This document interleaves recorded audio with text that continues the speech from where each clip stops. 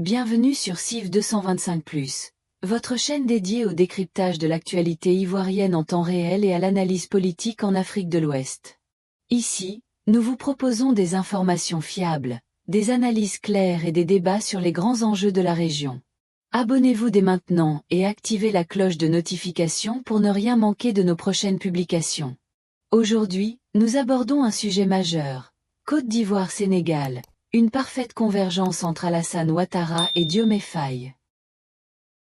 Du palais présidentiel d'Abidjan Plateau, où le président de la République de Côte d'Ivoire, Alassane Ouattara, a reçu mardi son homologue sénégalais, je vous le rappelais, Bassirou Diomaye Faye, en visite dans le pays. Les deux hommes ont échangé sur plusieurs sujets, notamment la coopération entre la Côte d'Ivoire et le Sénégal, ainsi que la situation politique et sécuritaire dans la sous-région ouest africaine. Messieurs, on en parle avec vous, ce sera juste après ce sujet de Pierre Dipomela et Tanguy Kona.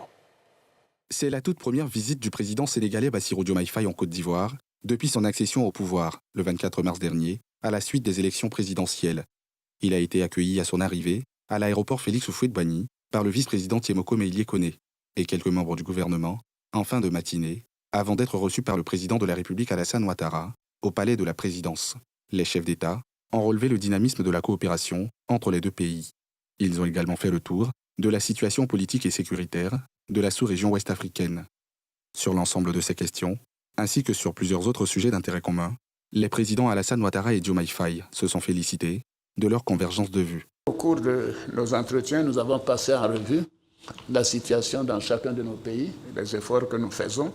Nous sommes félicités du dynamisme de la coopération et surtout le renforcement des relations qui ont toujours marqué l'évolution dans nos deux pays. Nous sommes parvenus à une convergence totale de nos points de vue.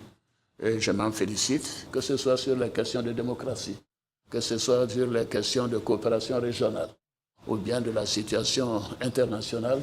Nous sommes totalement donc en phase. Nous avons aussi souhaité que nos ministres fassent plus d'efforts pour essayer de faire croître de manière plus forte le commerce entre nos deux pays. J'ai saisi cette occasion pour saluer le leadership et les efforts considérables que vous faites, que vous déployez dans le renforcement de la stabilité et de la démocratie, ainsi que de la promotion du développement en Côte d'Ivoire. Vous êtes dans le sillage de ce grand homme que je viens de mentionner, le président Félix Houphouët-Boigny. C'est vrai qu'au plan bilatéral, notre coopération est excellente et fondée sur des piliers solides. Mais comme vous l'avez fait remarquer, elles ne sont pas à la hauteur de l'historicité des relations entre les deux peuples et entre les leaders qui ont dirigé ces deux pays-là. Donc nous pouvons encore faire plus dans le secteur de l'agriculture avec le développement des coopératives en Côte d'Ivoire dont nous voulons largement nous inspirer, et dans d'autres domaines comme celui de l'élevage, de la défense, de la sécurité, de l'éducation et de l'énergie même. Vous avez mentionné les découvertes qui ont été faites au Sénégal. Il y en a d'autres aussi de votre côté.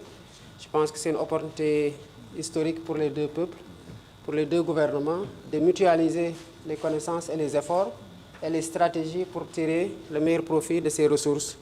Le nouveau président sénégalais Bassirou Diomaye Faye a été élu le 24 mars dernier au premier tour de la présidentielle avec 54,28% des voix. Il a entrepris depuis lors une série de visites dans les pays de la sous-région. Mamadou Touré, vous êtes membre du gouvernement ivoirien. Bassirou Diomaye Faye à Abidjan. Avant et pendant son élection, il y a eu pas mal de choses qui ont été dites sur le changement générationnel en Afrique. C'était un président dans la quarantaine et tout le reste. Il vient à Abidjan. Dans quel état d'esprit, on l'a vu avec le président de la République, dans quel état d'esprit le gouvernement a reçu ce président d'un pays frère? Mais il a rappelé lui-même, président du Sénégal, il a entrepris une série donc, de tournées dans certains pays. La Côte d'Ivoire et le Sénégal ont un point important dans l'UEMOA et dans la CEDEAO. La Côte d'Ivoire et le Sénégal ont des relations qui datent, d'excellentes relations, et je pense qu'il a décidé de s'inscrire dans cette continuité de raffermissement des relations entre les deux pays. Et bien évidemment, vous connaissez le président Alassane Ouattara pour son ouverture, son leadership, et donc le président Ouattara, avec beaucoup de plaisir, donc, a accueilli donc, le président sénégalais dans la dynamique donc, de poursuivre donc, ces relations excellentes qui, je rappelle, datent depuis Houphouët-Boigny. La Côte d'Ivoire a toujours eu d'excellentes relations avec donc, le Sénégal. C'est cela. Voilà. Très bien. Alafé Wakili, réaction? Non, état d'esprit positif, sauf qu'on a observé des réactions négatives, quelques polémiques. Il y a certains, À quel sujet? disant panafricanistes ou souverainistes, qui ont eu de la rage de voir le président du Sénégal à Abidjan être Pourquoi? reçu. Ils estiment que le président Ouattara et la Côte d'Ivoire ne sont pas dans leur vision, ne seraient pas dans la vision nouvelle du Sénégal et ne seraient pas une destination à fréquenter.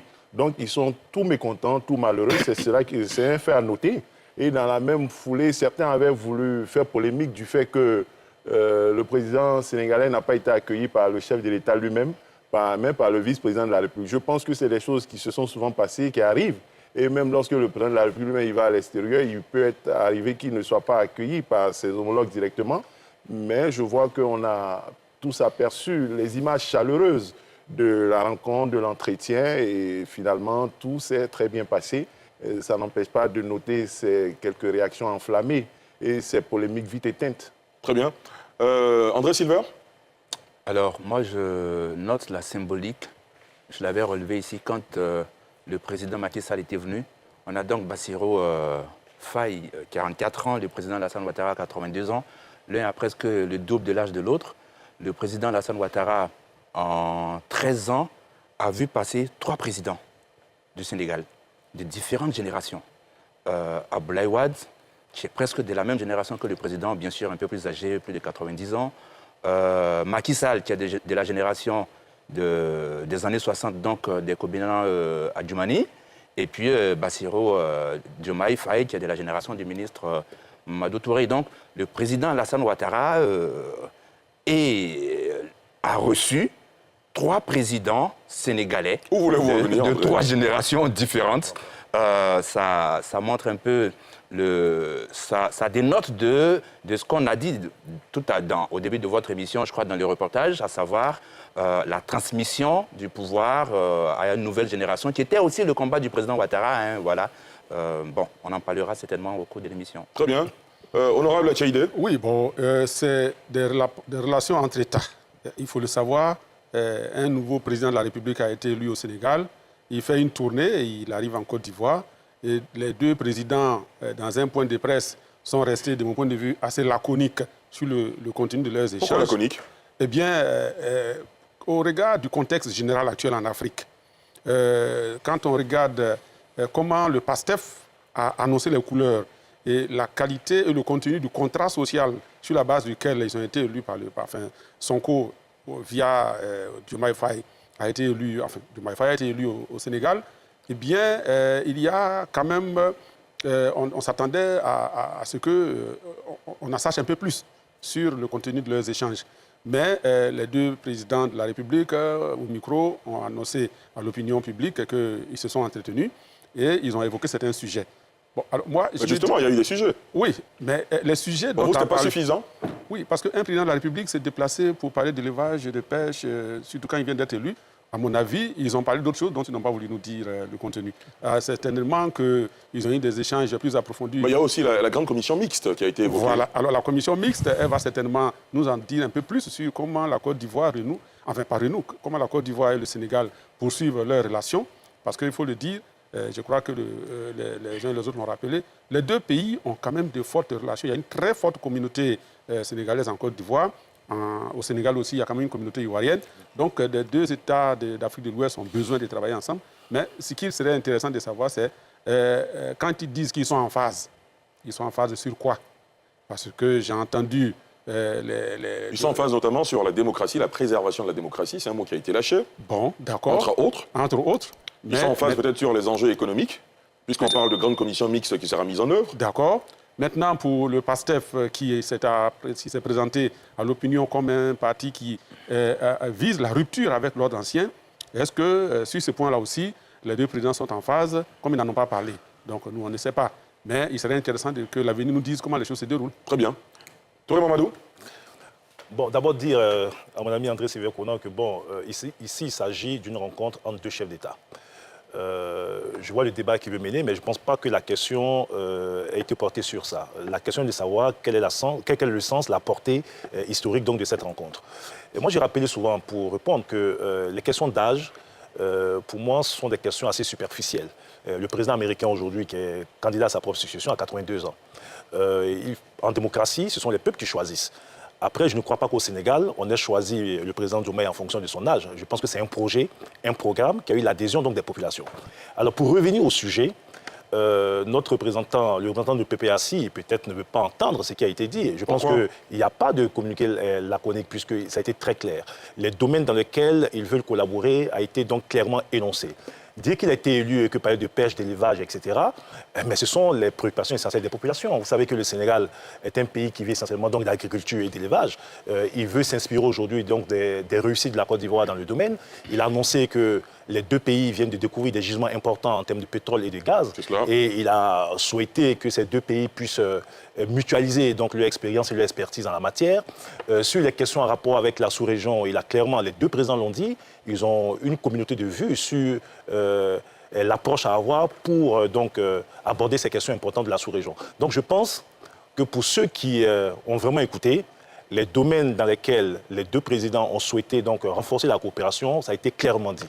Maintenant, je peux comprendre que, bon, on a ces désirs, hein, le PASTEF, les discours anti-panafricains. Alors, est-ce qu'ils ont bien entendu donc tout ce qui a été dit? En tout cas, je note que là, il s'agit du président du Sénégal qui gère aujourd'hui les intérêts d'un État et qui, dans le cadre donc de cette mission, essaie donc de nouer les meilleures relations possibles donc avec d'autres pays frères dans l'intérêt donc des Sénégalais, comme le président Ouattara le fait aussi donc dans l'intérêt donc des Ivoiriens. Très bien. Alafé Ouakili. Moi, je voudrais dire qu'il y a le président Macky Sall qui avait effectué une visite officielle ici.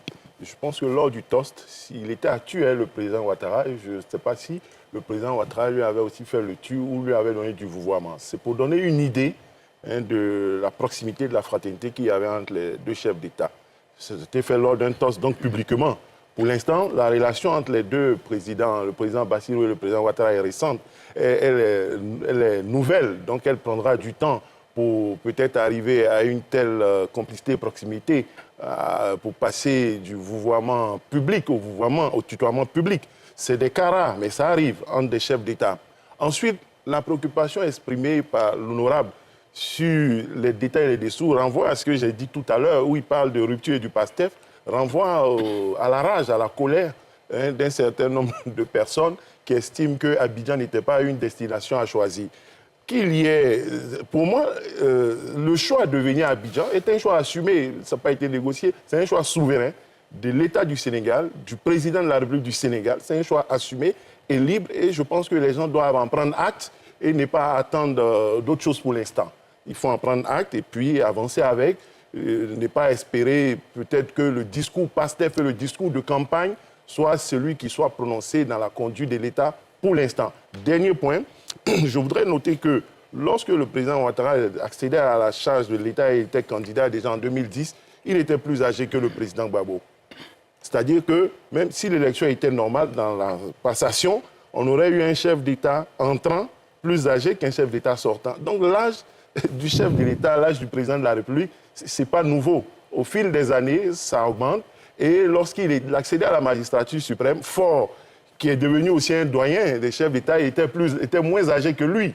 Donc je crois que, bon, aujourd'hui, on en reparlera. Il y a le président Gbagbo qui est candidat. S'il gagne, que Bassirou est encore aux affaires, il viendra à Abidjan et on aura quelqu'un de moins âgé qu'un président qui aura eu 80 ans. Donc, ça peut toucher tout le monde. Et nous-mêmes, nous sommes ici, nous sommes appelés à vieillir.